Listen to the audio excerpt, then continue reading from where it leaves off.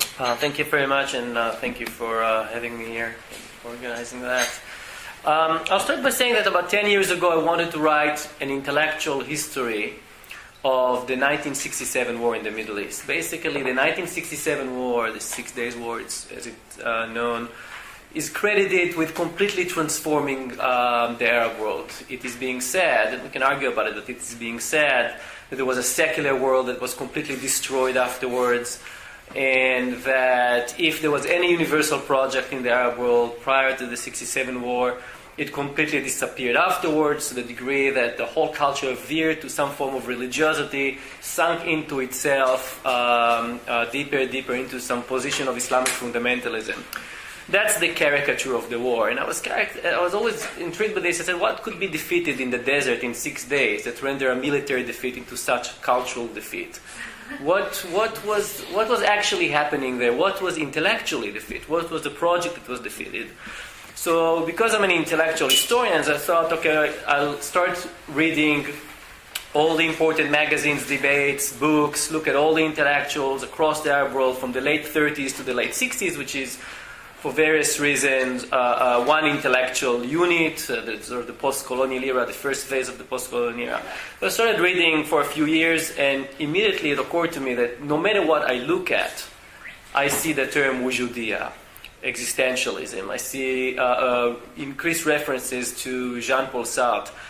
And after a few years of that, it dawned on me that what I'm actually looking at is at something that could be described as maybe the largest existentialist scene outside of Europe. And so significant, not only in terms of the number of the publications, translations, debate, intellectuals who self-identify themselves as existentialists. It is it was constitutive, in fact, to a whole post-colonial era project of creating a new Arab self that is coming out of the colonial era, trying to rethink what was colonial culture, what it did to us, what it did to the Arab subject, and begin to imagine a new kind of person. And indeed, in the Arab world, this is being now documented by me and some others, including Shireen, who is sitting here behind us. It is being acknowledged that no other Western intellectual was ever so engaged, translated, read, venerated, and so on as Jean-Paul Sartre. For about 2 decades, he really dominated a whole spectrum of what was happening in Arab culture. And also, this was not one of these one-way relationship. They translate and he is somewhere there in Paris. There are two-way relationship in the sense of a community, a circle of Arab intellectuals, Palestinians and Egyptians, who meet with him, who discuss with him various issues, who are eventually bringing him to the Arab world. And this relationship lasted for several years. They were not documented. I'm completing a book now with various diaries and sources in Arabic and in Hebrew which document this relationship. It's a forgotten episode from a historical perspective. Would not appear in any biography of Jean-Paul Sartre, not any Stolal Cohen, not others. So it is a important relationship, but there's something else to this relationship that immediately I understood, that this is a relationship that ended in a major disappointment for the Arab world. Not simply a disappointment, but an act of betrayal. And not simply an act of betrayal by Sartre, but what Arab intellectuals refer to as an iconic betrayal, in the sense that Sartre betrayed the Arab project to which he contributed knowingly more than any other intellectual. So I was also intrigued by the question that I'd like to address today. What did exactly Sartre betray? What happened? As you can imagine, it has to do with the Arab-Israeli conflict, with the fact that a week after he was photographed here, he went to Tel Aviv.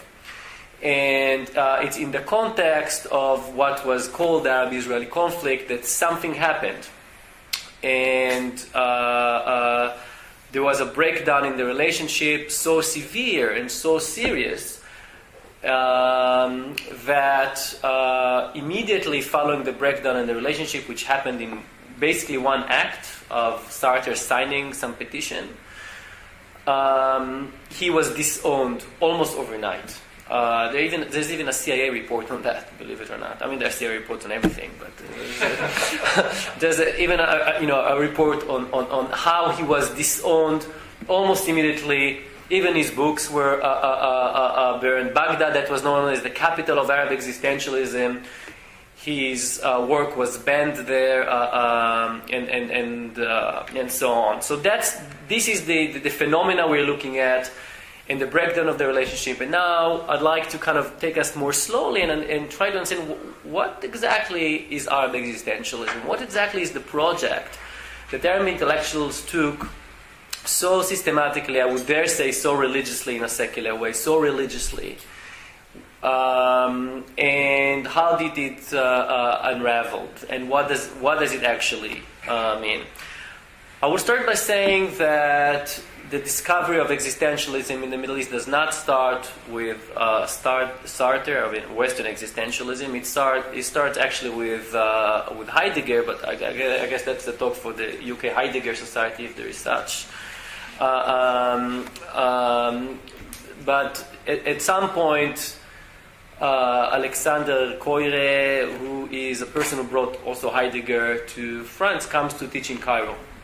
Yes, escaping the Nazis in June 1940, he finds himself in Cairo, and over there he meets several students who understand what he's talking and understand what he's bringing to Cairo, and they begin to think with this.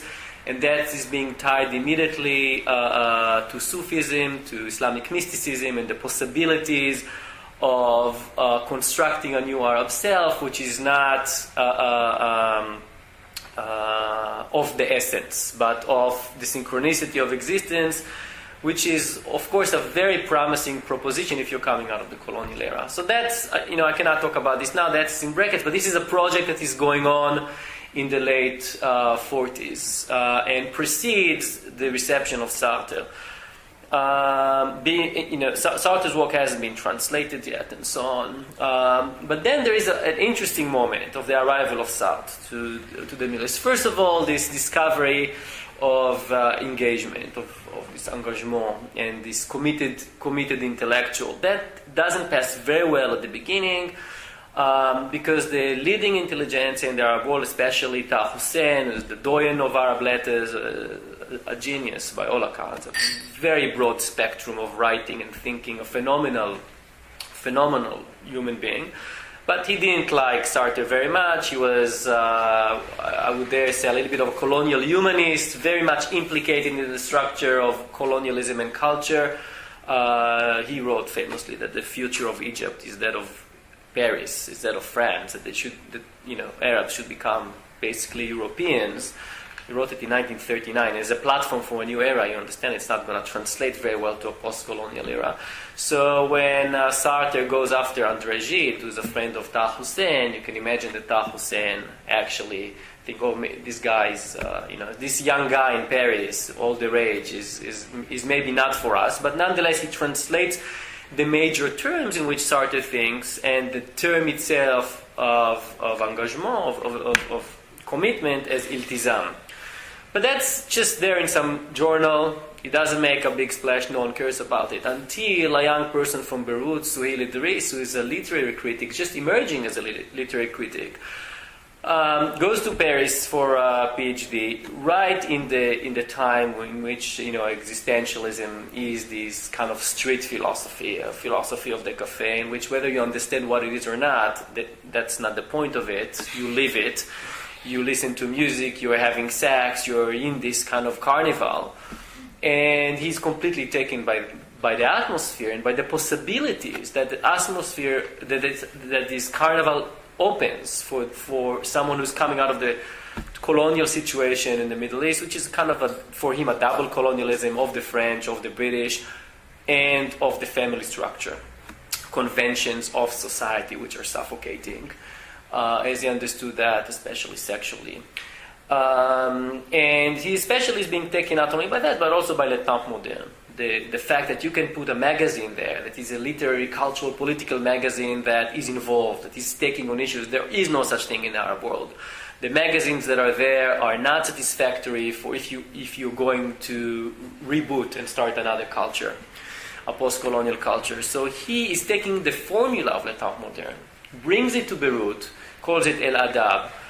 The first issue begins in 1953. It almost have an identical kind of statement of purpose to le temps moderne. It's kind of a mirror image, but of course with its own agenda. It's not some cut and paste issue here. And that becomes the most dominant magazine in the Arab world easily in the 50s and 60s, possibly all the way to the Lebanese civil war in 1975. It's a major venue that is actually a marketplace for these new ideas. And for him, he accepts also personally this idea of the Sarterian existentialist Arab thinker.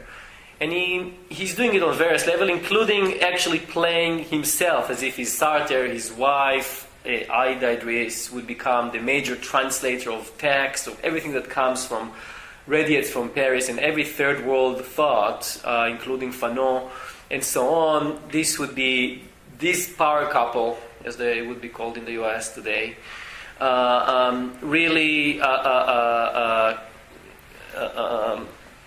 brought to the Arab world an entire pool of new writers and new thinking, and they kind of also played as if she is Beauvoir and he is Sartre. So the first project of Souheil Idriss is actually to contribute to the change of guard within the intellectual hierarchy of the Arab world. When you look around in the mid-50s, you see who are the leading intellectuals. They're all intellectuals who are coming out of the colonial era, out of the 20s, 30s, and 40s. They're complacent with colonialism to a degree, and they don't understand the needs of the post-colonial generation, which is not simply physical liberation. It is indeed existential liberation. It is indeed a sense that, as always in colonialism, that the cultural environment and the self are not syncing at all. And you have to create synchronicity, which is known as a condition of authenticity, asala in Arabic, and for this you have to mine your heritage, the turath. So there's a whole new conversation that starts that they feel would correspond to the needs of the post-colonial generation. They also have another problem that the previous generation was complacent with, that not only of human dignity and a requirement for a new Arab self, but also of social justice. Life expectancy in Egypt in the late 30s would be 35-year-old for a man. That includes infant mortality, but you understand, it's what kind of society you are going to build if people die like flies as really subaltern peasants with no voice, no nothing. Certainly not as citizens. Basically, this is a zone of non-being in Sarter's term. So they are beginning to envision a new society, and the concept that they choose to change culture, to revolutionize culture, is Sarter's terms of engagement, which they call iltizam. It was basically the idea that you take the established generation and you kick them out. You basically politicize culture, politicize every act of literature. So the culture that would emerge can begin to account for the new politics that should happen and should guide society forward. And that's a joint project of young people. Some of them actually are not, have nothing to do with Sarterian thought. Some of them are communist and Marxist in the sense that they follow socialist realism, Soviet socialist realism, which is the best way to politicize culture. But they use Sarterian terms. So there are various fights within the Arab world of who is the authentic Sarter, what did Sarter mean by iltizam, engagement, and so on. I'm describing this episode just to let you know that decolonization is not simply an act of pushing against the structure of Europe and so on. It's also an act of quite immediately revolutionary change within one's culture, in the sense that you identify people who needs to be phased out, needs to be, and it's a generational project, obviously, right? So Sartre's existentialism and the concept of engagement is already in the 50s operating on two important levels. One, on the project of creating a new Arab self, understanding that we are coming out of a colonial condition that we need to understand, and that's going to develop. And the other is simply by the idea that we need to purge our culture, purge people, and so on. Now, the project of the self is a very slow one to emerge, because no one read a corpus of what is, Sartre's thought processed in hindsight and says, okay, this is what we're doing. It arrives at piecemeal. It arrives at, it's being packed in Marseille, unpacked in Alexandria, unpacked in Beirut. It's slow to emerge, but there is an understanding that there is a condition of otherness, and that the colonial subject, as it began to be understood in the 50s, everywhere, is not that different than the condition of slavery, the condition of black people, and the conditions of other minorities like at women. This understanding that we are a form of collective other begins to circulate. Now, the next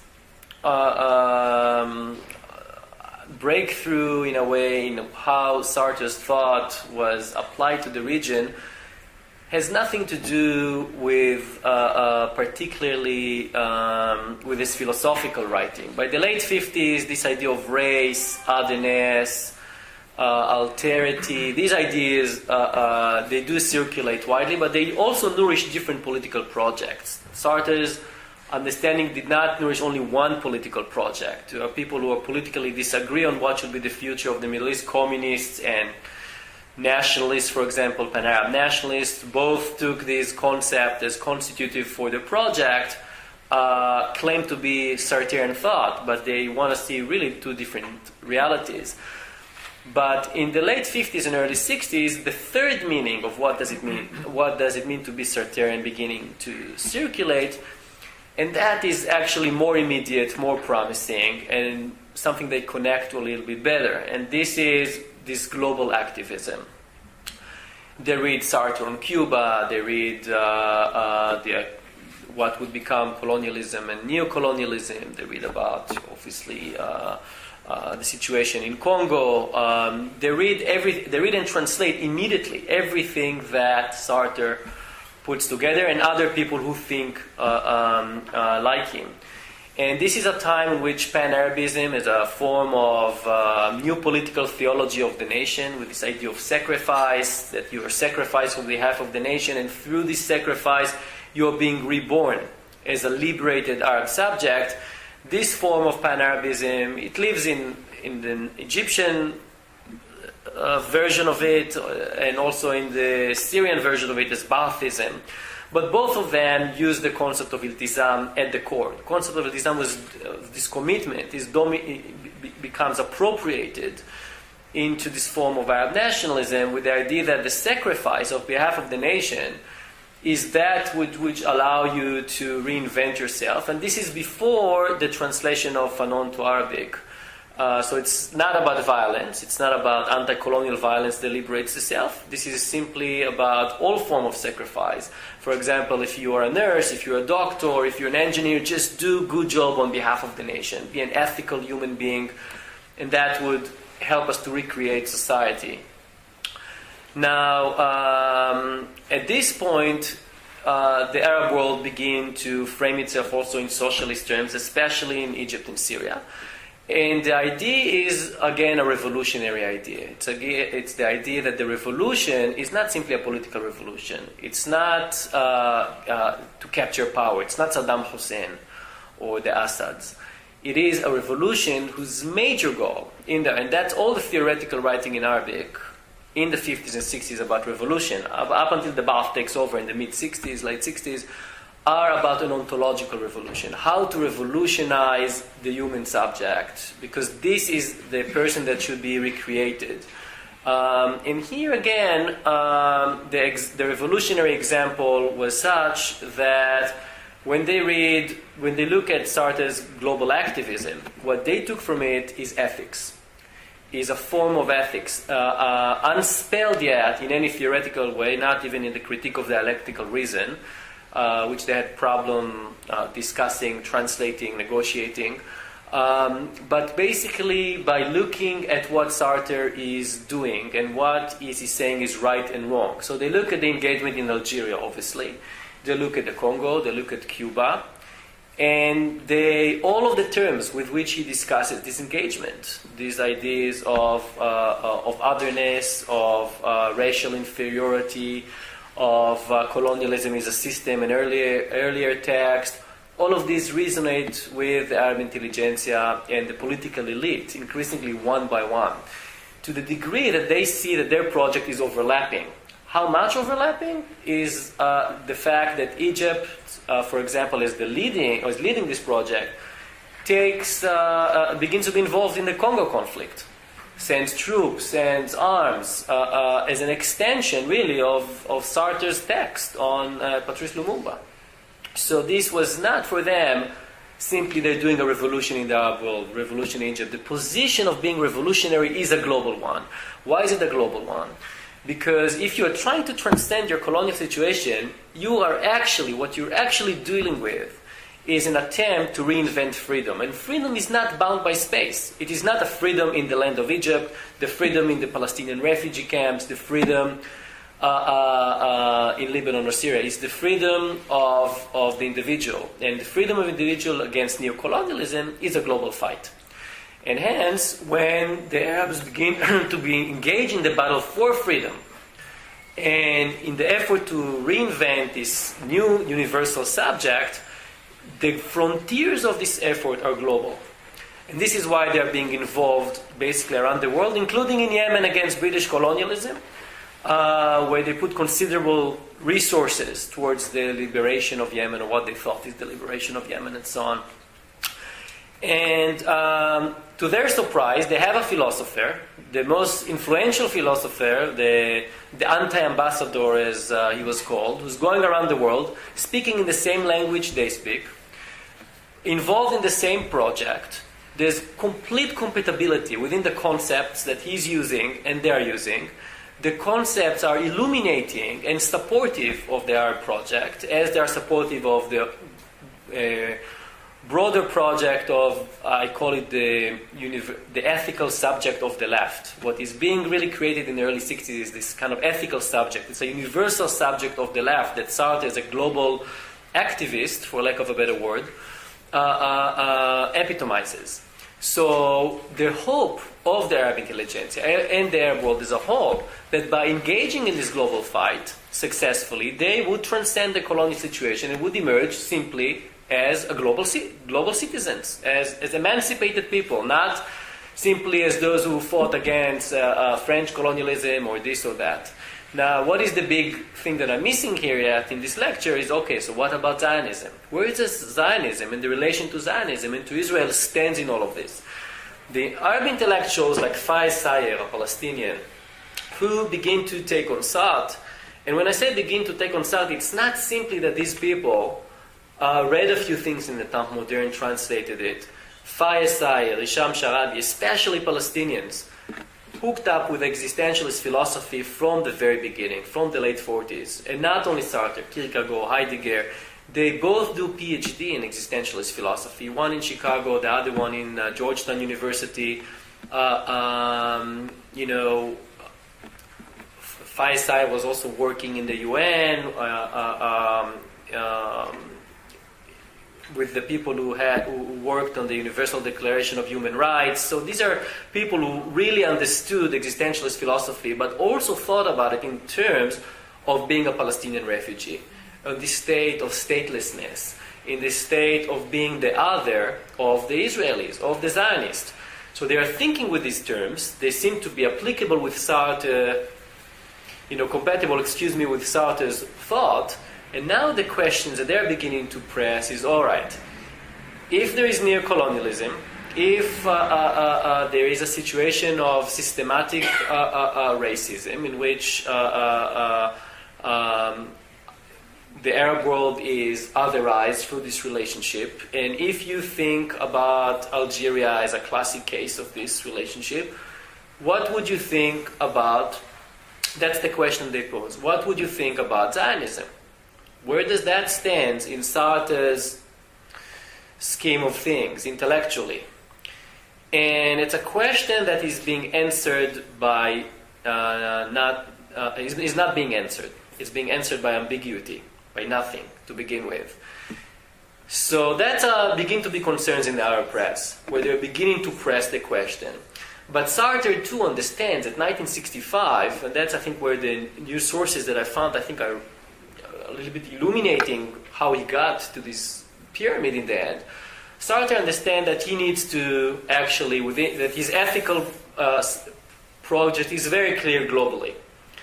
There is the decolonized, the colonized and the colonizer, the ethically right and wrong, good and bad. You can tell in every place you go who's the right and who's the bad. What do you do in Palestine? What do you do about the nature of Zionism?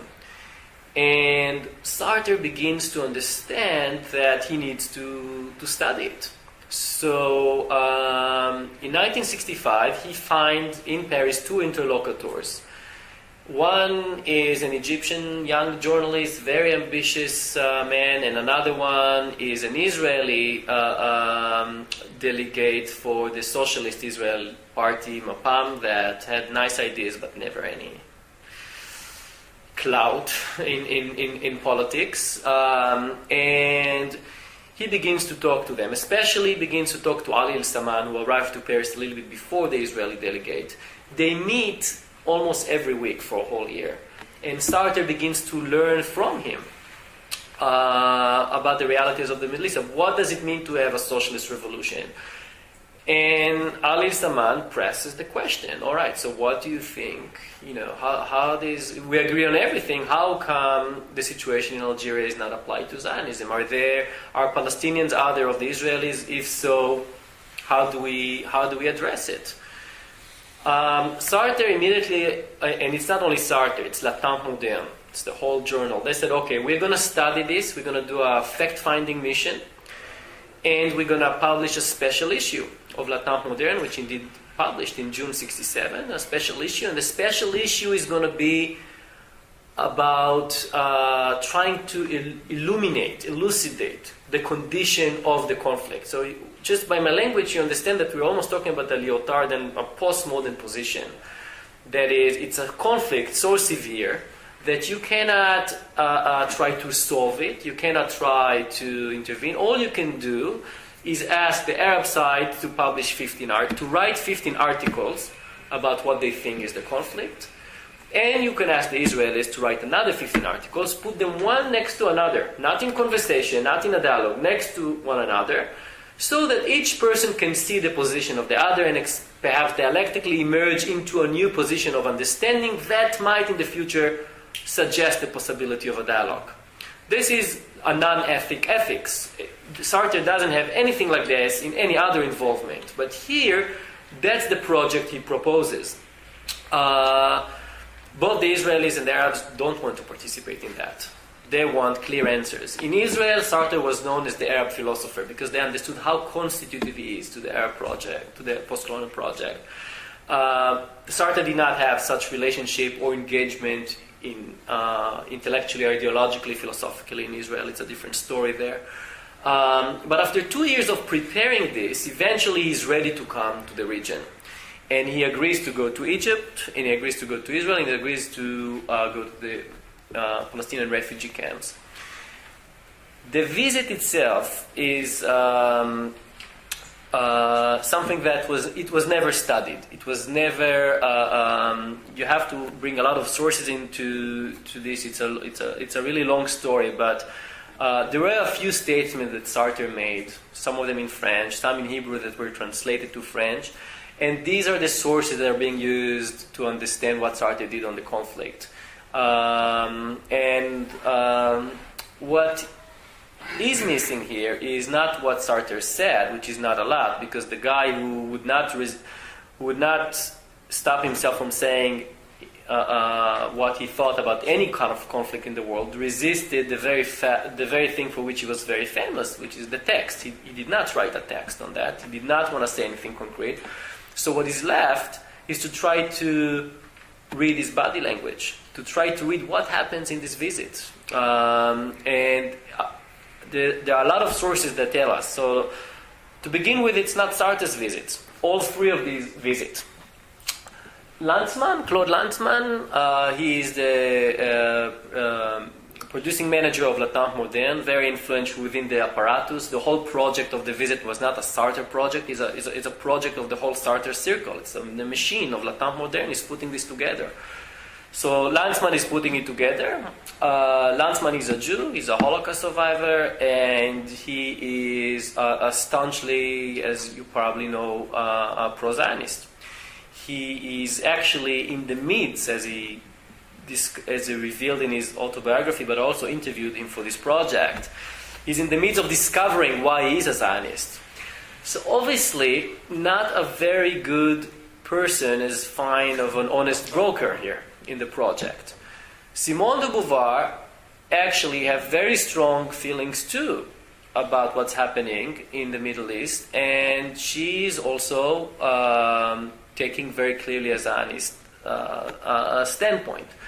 The only one who is actually not persuaded by them is Sartre. And to understand Sartre's position, you have to understand the relationship between the three of them, which is a relationship that, of course, has many personal and other. But this is if you want to understand Sartre's position on Palestine, you have to understand this triangle. So they go to Egypt. It's immediately obvious to Lanzmann, I'll start by his perspective, that Sartre has the time of his life. He is very happy.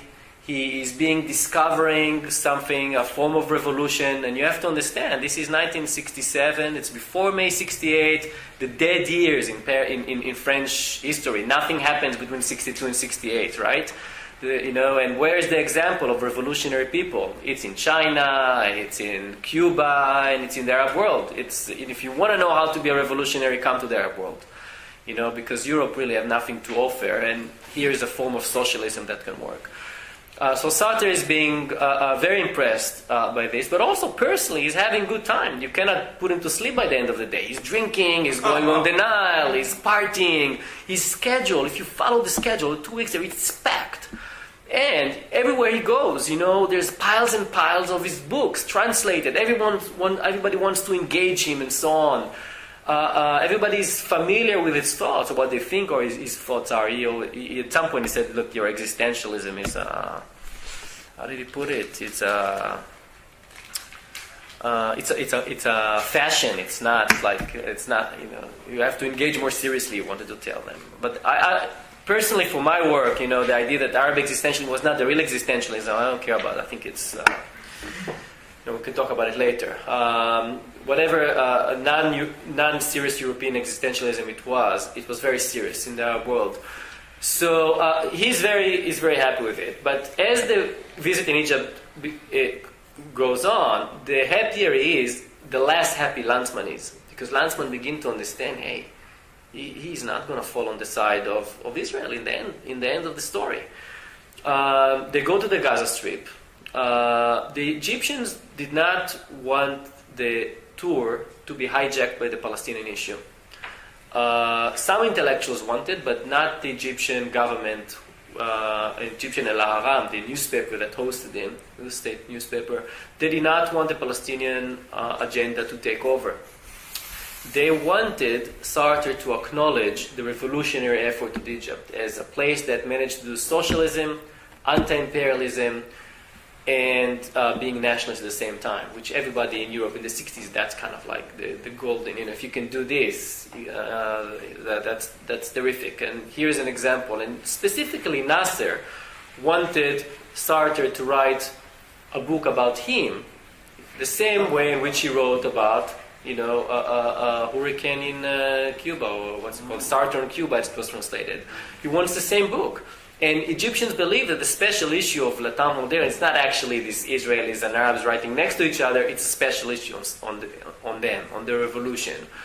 Nothing was, of course it wasn't true, so, the Palestinian issue was kind of played down. But Sartre goes to the Palestinian refugee camps in Gaza Strip, he's being taken by what he's seeing. I have very good documentation as to how influential the visit was.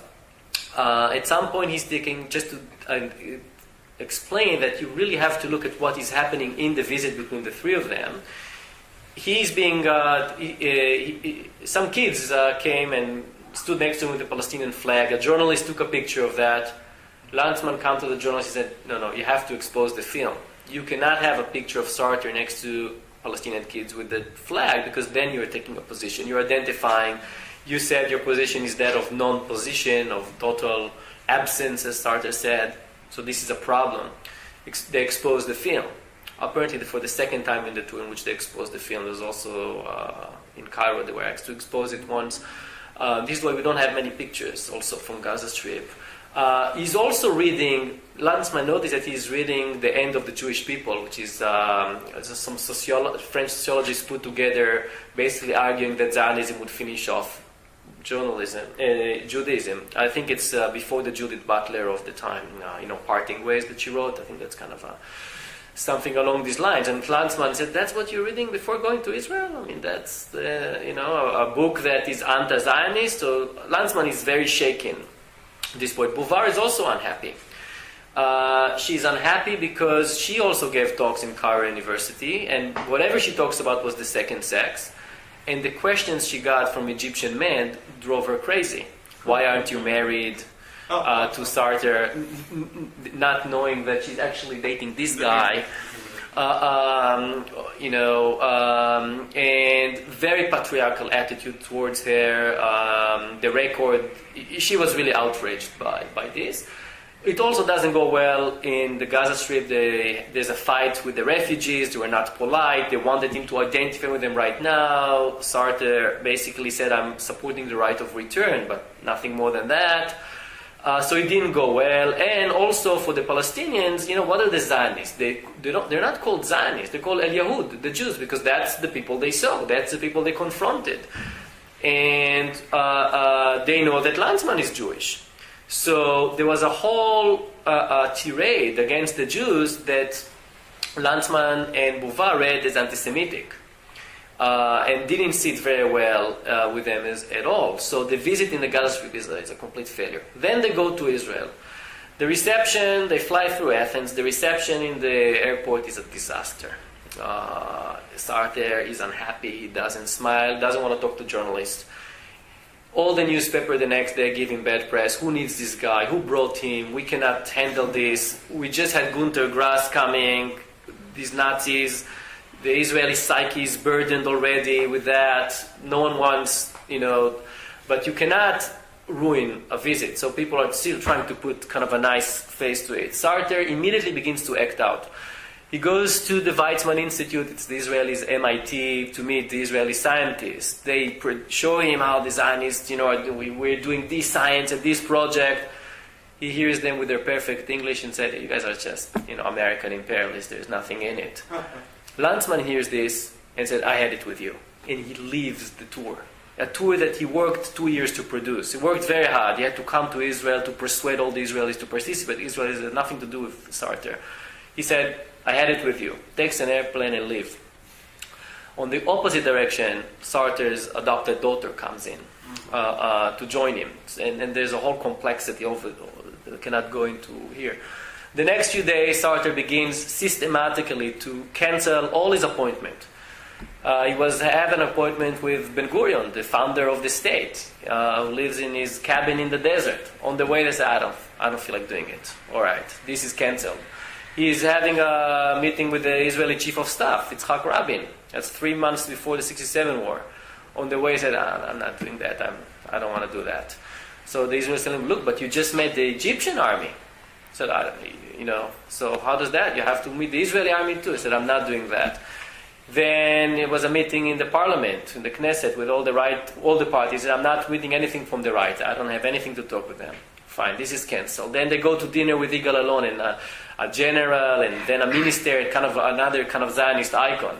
He's a very handsome man. He has a house on the Sea of Galilee, on the cliff, looking, the whole thing, very nice. Simone de Beauvoir comes out of it was a beautiful evening. It was wonderful. Sartre says he was the most sympathetic fascist I've ever met. It's a disaster. He doesn't fall for Zionism. He doesn't like Zionism. It's in the body language. It's obvious. It's documented, even though he doesn't leave a text. Then he goes to meet Holocaust survivors, and here the situation begins to be more complex, because at the heart of it is the issue of otherness and hierarchy of otherness. Can you create within your a philosophical framework a hierarchy of otherness in which you would say that the others of Europe, the Holocaust survivor who met, was sympathetic to, said very encouraging things on behalf of the project that they were engaged with there in a kibbutz, and how they recreated their life and made a claim for life and all of that? Can you establish a hierarchy between the Holocaust survivor and the Palestinian refugee that was kicked out when the Holocaust survivor came? How do you engage this problem? Now there is no elaboration on that. He hoped that the whole project would create more a better understanding of this, but that obviously in the end did not happen. But he's obviously taken by that. At the same time, it's very interesting. He saw in the Holocaust survivor also something which is of the universal, in the same way in which he saw in the revolutionaries in the Arab world and in Cairo. While he's there, I found out that he is really busy trying to bring a woman who's a Holocaust survivor and a very public figure, Heike Grossman. He wants her to serve on the Russell Tribunal to try the Americans in Vietnam. Right? He wants a Holocaust survivor to sit there and salvage this voice as an ethical voice, right? And there's a whole side story to this, but also we begin to understand sort of the complexity that he had. And he also had some public fight, a nasty fight with the head of one of the Socialist Party, in which Sartre tells him, what about the right of return? And he tells him it's an abstract. What is the right of return? It's abstract. So Sartre says, what's wrong with abstraction? He said, well, you cannot do, I'm a politician, I'm a practical man, you cannot do anything with abstraction. And anyway, we were promised a state in 1917, and instead we got Auschwitz, so that's what I think of your abstraction. So Sartre tells him, you see the refugees around the border? They're not an abstraction. It's a real problem, even if we talk about the right of return in abstract terms. So the whole thing doesn't work. Just before he leaves in the airport, he actually says something sympathetic of the Zionist project, but only in terms of otherness. He said, this is a place in which you can be a Jew without the thing that constitutes you as a Jew is not the gaze of the other, but what you created, right? That immediately starts as a firestorm in the Arab world. How did he dare say that? Now, part of the thing that was not understood in the Arab reception of Sartre, a lot of things were not understood or didn't want to understand. For example, the relationship between them was not understood because when Beauvoir's memoir was translated, Suhail Idris removed her relationship with Lanzmann from the text. So no one knew actually that. It's more and those that knew didn't say anything. But more significantly than that, the Arabs used the notion of the other to identify themselves, especially the Palestinians. The fact that this notion of the other already today in the conference, in the first and second session, was identified twice as this Jewishness came. This idea that the other was predicated on the experience of the Jews in Europe and the Holocaust. And then extended from there in congruity with other things that happened in Paris at the time, to other races, to women, and so on. This was not understood very, very well on the philosophical level, so it was not processed that this otherness had some Jewish seed in it, which complicates also the post-colonial era project. In any way, the visit ends. It's 3 months before 1967 war. The region is already going to go to war. And that's obvious, even though Nasser tells them, how much time do I have? 5 minutes? Even though Sarter tells Gamal Abdel Nasser tells Lanzmann, and he tells Beauvoir and Sarter, I don't want to go to war, I don't want to do war, nothing is going to come out of it. The situation becomes very bad. It's late May. Sartre is writing the introduction to the special issue. The atmosphere in Paris is that of a second Holocaust is going to come. The French Jews, for the most part, hasn't discussed publicly the betrayal of the French Republic during the Second World War. So the 50s, where the Holocaust was not spoken. The 67 war, the eve of the war, was an opportunity for French Jews, dozens of thousands of them who came in one famous demonstration, to say, you are abandoning Israel, this is going to be a second Holocaust now. With the war coming, you have to take a public stance on that. One of the people who were central to this notion of a second Holocaust is Lanzmann, who's very active in late May in Paris, in beginning to mobilize public opinion to take a stand against Nasser. The atmosphere in Paris is anti-Arab, it's xenophobic, it's racist, it's obvious, it's well documented. I don't need to really kind of prove it. Even Simone de Beauvoir, who was for Israel, writes in a memoir how disgusting it was. And Sartre's interlocutors, especially Ludwig Huli and others, are there. In Paris at the time, at this point, Lanzmann says we have to really mobilize the entire French left to support Israel, and they come up with a manifesto that basically says Gamal Abdel Nasser and the Egyptians are the aggressors here, they should take a step back, and so on.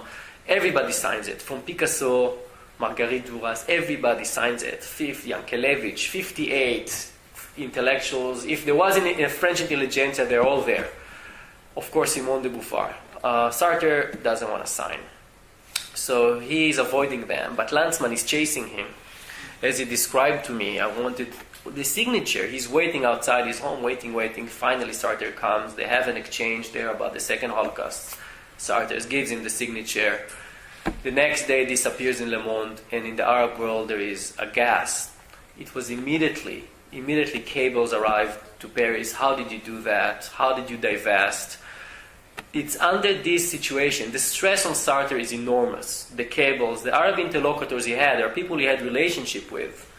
And this relationship, look, today Lanzmann is the last man standing. He can, in an interview, tell me a lot of things that I need to corroborate from another source. And I found the sources, including Israeli intelligence sources, believe it or not, were on the case too. So there is a rich understanding, relatively, of what was going on in the pressures. It's under this pressure he's writing the introduction for the special issue. It's 1,000 pages. It's like this. Of his position of absence. But his position of absence, this whole structure of ambiguity that he maintained for 2 years, which is a betrayal of his own ethics, especially in Arab eyes, doesn't apply. He just signed the manifesto. It's quite clear what is happening in the manifesto. He took sides. It's June 5th. The special issue arrived to the stores just as the war begins. It's a complete destruction of the Arab armies, a complete destruction of the post-colonial project. Now, I started by what was defeated in 1967. There is a postscript to this story, but what was defeated in 1967? It's not that existentialism is the most important thing, but the story of Sartre and existentialism in the Arab world does capture. It's not the most important thing, again, it's not like everything was existentialism, but it does capture very sensitively the course of Arab thought, and symbolically the fall of relationship with Sartre is the betrayal of the possibility of any universal position for the Arabs. The idea in the 60s is that if they revolt, if they are part of this global revolution, and they emerge as these global subjects that also sacrifice on behalf of the cause and so on, in real life, in material and so on, they would not be Arab subjects anymore. They would be universal subjects. They would be emancipated. Sartre's signatures turns the clock on that and brings them back this zone of non-being. The sense of emptiness in Arab text after this betrayal, and it's being seen as an iconic betrayal in that sense, colossal betrayal. I call it, a colossal no exit to take on Sartre. It's really a position of no exit. Is devastating for a whole generation. There are others who were not influenced by this. Islamic thinkers didn't care much about that, and now they start their own project. But for the generation of Lutfi al-Khuli, Faiz Sahel, and dozens of others that I traced their lives, this is a devastating blow. There is a postscript of a very powerful exchange between Jean-Paul Sartre and Lutfi al-Khuli after the war, in which Lutfi al-Khuli, a trial lawyer by training, basically goes after Sartre and try to ask him, okay, let's go now section by section, race, neocolonialism, otherness, and Sartre tells him what he thinks, and he tells him, don't you see that in Zionism it's the same? Don't you see what's happening in Israel? And in the end, Sartre sort of admits, but the script stayed in Arabic. Sartre refused to say anything about it in French. No one ever heard about it. The book currently working to translate and publish this record, so there would be a record of actually what Sartre said, because in the end he did speak, it just stayed in Arabic and was never part of Sartre's biography. Just to conclude, the project of existentialism, understood widely here as Arab existentialism, as you can see, had various applications. It has application from theater to literature to hardcore politics to state politics. It was really constitutive of a whole generational project, not a project of all the people who live in the Middle East, but of a specific generation that was hegemonic, that managed to achieve hegemony in the 50s and 60s. The collapse of this project is being seen still today, and you can see traces of it, for example, in Edward Said and in the famous piece he left in the London Review of Books in 2002. Of an iconic betrayal, not only of Sartre, but of the Sartre's legacy, which is a betrayal of the French left and of critical theory as such, with the exception of Deleuze. Everybody else, from Foucault to Derrida and Etienne Balibar and others, all continue the same line of thought, in which the Zionist Jew is, first of all, a European, a victim of Europe, and someone that have a higher status, unelaborated philosophically, over the Palestinian other. This is still the issue we're, of course, dealing with, except that after May 68, the grounds ethically shift significantly in ways in which it would not appear as a dilemma the way it appeared to Sartre and others back then. Thank you very much.